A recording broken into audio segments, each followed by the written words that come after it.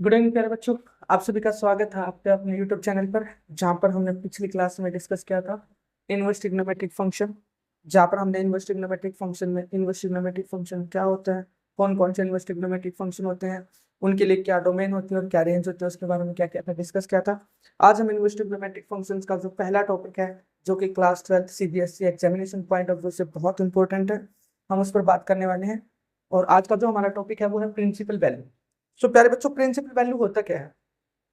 The value of the inverse trigonometric function, किसी भी inverse trigonometric function, the value of the inverse trigonometric function which lies in the range of principal branch, जो किस में lie करती है, which lies in the range of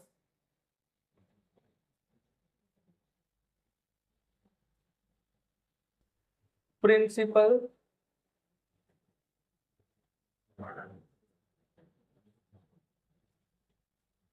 branch, which lies in the range of principal branch, जो principal branch की range में lie करती है उसको क्या कहते हैं, प्रिंसिपल वैल्यू। किसकी प्रिंसिपल ब्रांच में? इनवर्स ट्रिग्नोमेट्रिक फंक्शन की प्रिंसिपल ब्रांच में। ठीक है। तो पहली पहली बात तो क्या है, जब भी हम किसी की प्रिंसिपल वैल्यू निकालना चाहते हैं तो हमें पता है कि वो किस में लाई करना चाहिए, उसकी रेंज में। जब रेंज में लाई करना चाहिए तो हमारे पास जितने ही फंक्शन, जिस भी फंक्शन के लिए हम क्या निकाल रहे हैं, प्रिंसिपल वैल्यू निकाल रहे हैं, हमें उस फंक्शन की क्या पता होनी चाहिए, रेंज। ठीक है। और रेंज जैसे कि हमने पिछली क्लासेस में हमने डिस्कस किया था, क्या डिस्कस किया था कि जैसे कि हमें टेंजेंट इनवर्स अंडर रूट 3 की प्रिंसिपल वैल्यू निकालनी है, तो प्रिंसिपल वैल्यू निकालने के लिए हम सबसे पहले क्या करते हैं, लेट करते हैं क्या, टेन इनवर्स जो अंडर रूट 3 है उसको किसके इक्वल लेट करते हैं, y के। ठीक है। तो taking ten of both side, दोनों तरफ का टेन लेते हैं, तो यहाँ पे क्या हो जाएगा, tan of tan inverse under root 3 is equal to tan y के। Tan of tan inverse x क्या होता है, x के, so under root 3 is equal to tangent y। अब टेन वाई किसके इक्वल है, अंडर रूट 3 के। तो हमें पता होना चाहिए टेन की वैल्यू अंडर रूट 3 कहाँ होती है। हम सबको पता है टेन की वैल्यू अंडर रूट 3 कहाँ होती है, 60 डिग्री पे। कहाँ पे होती है, 60 पे। तो क्या मैं लिख सकता हूँ, टेंजेंट पाई बाई 3, 60 का मतलब क्या होता है, pi by 3 is equal to tangent y. Comparing the angle of both side, जैसे हम दोनों तरफ का एंगल कंपेयर करते हैं, y इज इक्वल टू क्या आएगा बच्चे हमारे पास, पाई बाई 3। अब क्वेश्चन ये उठता है, क्या y is equal to pi by 3 इसकी रेंज में लाई करता है? देखते हैं। हमें पता है जो टेंजेंट की रेंज होती है वो क्या होती है, माइनस पाई बाई 2 से plus pi by 2 in open bracket, it means minus 90 two plus 90। और पाई बाई 3 का मतलब क्या होता है, 60। तो माइनस 90 से प्लस 90 के बीच में प्लस 60 आएगा, तो ऑब्वियसली हम लिख सकते हैं it belongs to minus pi by 2 to plus pi by 2। तो यही क्या हो जाएगी बच्चे, इसकी प्रिंसिपल वैल्यू। बात समझ में आई? चलिए एक क्वेश्चन और करते हैं। साइन इनवर्स माइनस 1/2 की प्रिंसिपल वैल्यू निकालनी है, तो इसको सबसे पहले किसके इक्वल पुट करते हैं, y के। Taking sine of both side, तो हम क्या होगा हमारे पास, यहाँ पर हम साइन लेंगे तो क्या आएगा हमारे पास, sine y is equal to minus 1/2। अब हम सबको पता है कि साइन की वैल्यू 1/2 कहाँ होती है, 30 पे। 30 का मतलब क्या होता है, पाई बाई 6। तो मैं क्या इसको लिख सकता हूँ, साइन पाई बाई 6। ठीक है। अब देखिए, साइन माइनस थीटा किसके इक्वल होता है, माइनस साइन थीटा के। तो क्या मैं इसको लिख सकता हूँ, sine y is equal to sine minus pi by 6 की। ठीक है। Comparing the angle of both side, y is equal to क्या आएगा, minus pi by 6। Minus pi by 6 मतलब माइनस 30। और जो माइनस पाई बाई 6 है ये बिलोंग करता है माइनस पाई बाई 2 से प्लस पाई बाई 2 के बीच में, जो कि साइन की क्या होती है, रेंज होती है। अगर ये इस रेंज में लाई करता है तो ये इसकी क्या हो जाएगी बच्चे, प्रिंसिपल वैल्यू। अगर ये इसकी रेंज में लाई नहीं करता है, फिर हम इसकी प्रिंसिपल वैल्यू निकालने के लिए इसको क्या करेंगे, इसकी रेंज में लाई कराएंगे। ठीक है।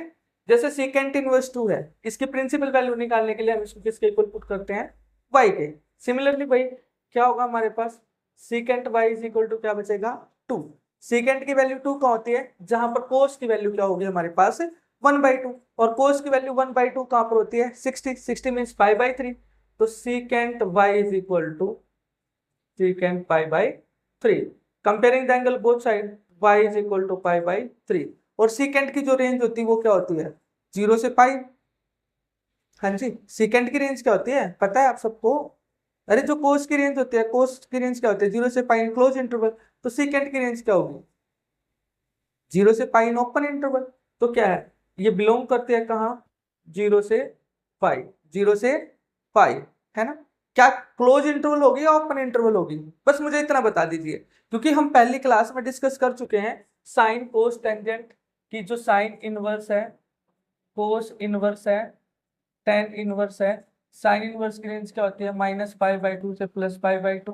कोस इनवर्स की रेंज क्या होती है, 0 से पाई, और इसकी रेंज क्या होती है, -π/2 से +π/2 इन ओपन ब्रैकेट। ठीक है। अब साइन का उल्टा क्या होता है, कोसिकेंट। तो कोसिकेंट इनवर्स की रेंज क्या होती है, -π/2 से π/2 अदर देन 0।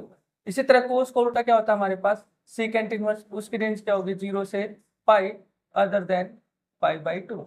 तो देखिए यहाँ पर भी क्या आएगा हमारे पास, 0 से पाई, और वो भी कौन से ब्रैकेट में, क्लोज ब्रैकेट में। ठीक है बेटे।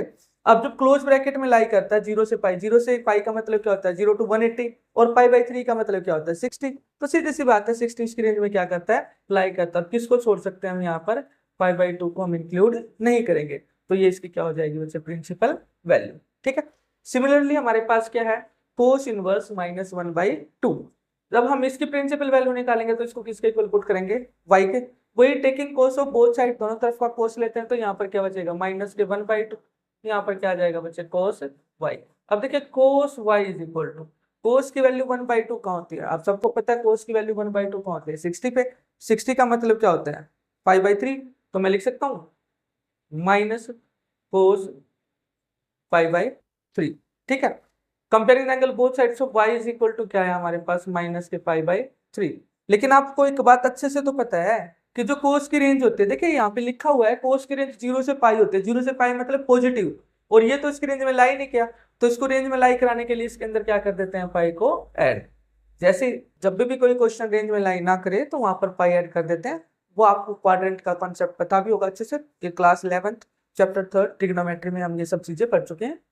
3 एलसीएम आएगा -π + 3π, सो y इज इक्वल टू क्या आएगा हमारे पास, 2π/3। अब 2π/3 क्या 0 से 180 के बीच में लाई करता है, ऑब्वियसली 120 बनता है ये, तो 120 क्या होता है, 0 से 180 के बीच में क्या करता है, लाई करता है। तो इसका मतलब क्या है, ये हमारे पास क्या हो जाएगी इसकी प्रिंसिपल वैल्यू।